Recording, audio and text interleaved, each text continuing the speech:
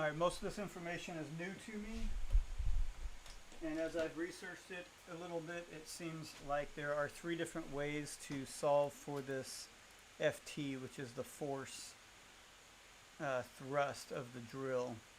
So we're trying to calculate how much clamping force my rotary table needs in order to handle this drill.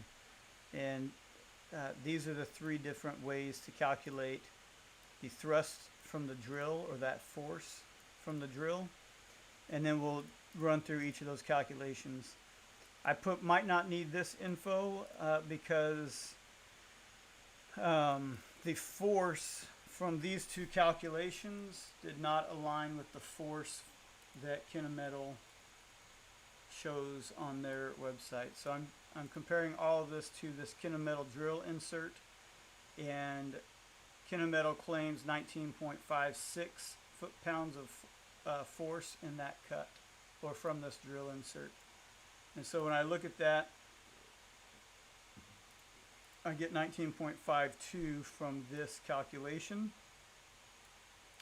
But we will review these as well after we go through this one, and before we move on to the torque applied. So rotary offset is 4 inches. That is where the drill bit is drilling the hole from center line of the rotary table. So this is basically the lever, or the mechanical advantage that the drill has gained and the brake has to overcome. This is our drill bit diameter. The final hole is 1 inch. Obviously, I put 986 here to leave some material there for a reamer. There is a calculation here to change our inches per revolution to inches per minute, but we don't use it, and I'll go over why in a second. We also don't really use the RPM in this formula, and I'll go over that as well. So I don't know if this is a real thing, but it is what my research is calling it, empirical thrust. I'm going to do some more videos and research on specifically empirical thrust, but the calculation we're looking at is force equals C times drill diameter with an exponent of x, and feed per rev with an exponent of y. And then here we have C is material, x and y is some other dependence. And each of these formulas have dependents that I don't understand. It looks like some of the research here shows machining data handbook, and I'll be getting my hands on one of those, hopefully a PDF version, so I can start looking through that and understand this information a little bit better. But my guess is that the 850 came from that handbook, and the other areas it says Kennametal testing. And so my guess is that X and Y came from Kennametal's website. The majority of these formulas I use ChatGPT to figure out. So sometimes ChatGPT is great, and sometimes you have to learn a little bit more after you're done talking to ChatGPT. So in this calculation, we run the formula at 9.86 with the exponent of 1, 12 with the exponent of 0.85. Everything is in green is where we enter values. If it's not green, then the formula is doing the math, and we get 19.5254.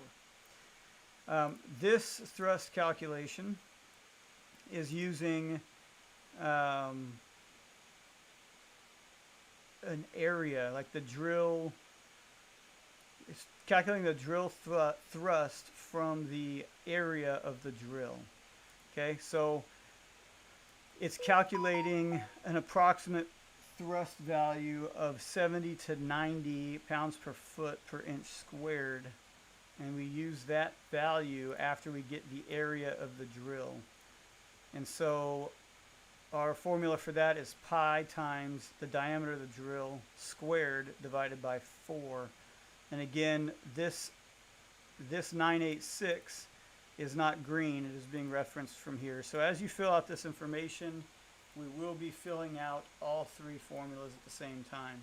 Where that changes is this has a specific variable, and that's the thrust constant. And so we've just taken the mid-range here, 70 to 90, we put in 80.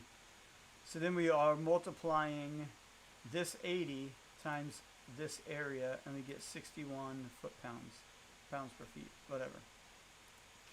Then over here it's using drill diameter and then a K value of material, and it outlined approximately 100 for aluminum, 250 for mild steel, 400 for stainless. We're drilling aluminum in this application, so I just used a K value of 100. We squared the 986 and we get 97 pounds per feet. Okay, so that's these three formulas, this one being more in line with Kennametal's numbers. So then we look at torque. This is in inch pounds, keep that in mind right now. So basically we are going to take this thrust and multiply it by the 4 inches of that offset. Okay, and when we do that we get a pounds per inch of force that we need to overcome of 78. Now we have a safety factor. With our work holding clamping pots, typically we look for a safety factor of 3. And so we're going to take this 78 and we're going to multiply it by 3, and you see that here. Okay, so now we get 234 pounds per inch. And then we convert that to Newton meters. And we've done the same thing all the way across the board. You can see that safety factor is not green over here. It's because it all takes it from this cell. So when we take the NCT 200 with 900 Newton meters of braking force, and with the we have a trunnion on this rotary table, and that trunnion is supported with one of our tail supports that also has a braking force of 150 Newton meters. So we have a total of 1,050 Newton meters of braking force to hold this part while it is getting that 1-inch hole drilled. And our worst case scenario with a 3 times safety factor is 131 Newton meters. So we have quite a bit of safety built into this application. If I've done something wrong, or you understand some of these CXYs, maybe this 70 to 80 on the thrust constant, or maybe the 100 to 250 to 400, please let me know.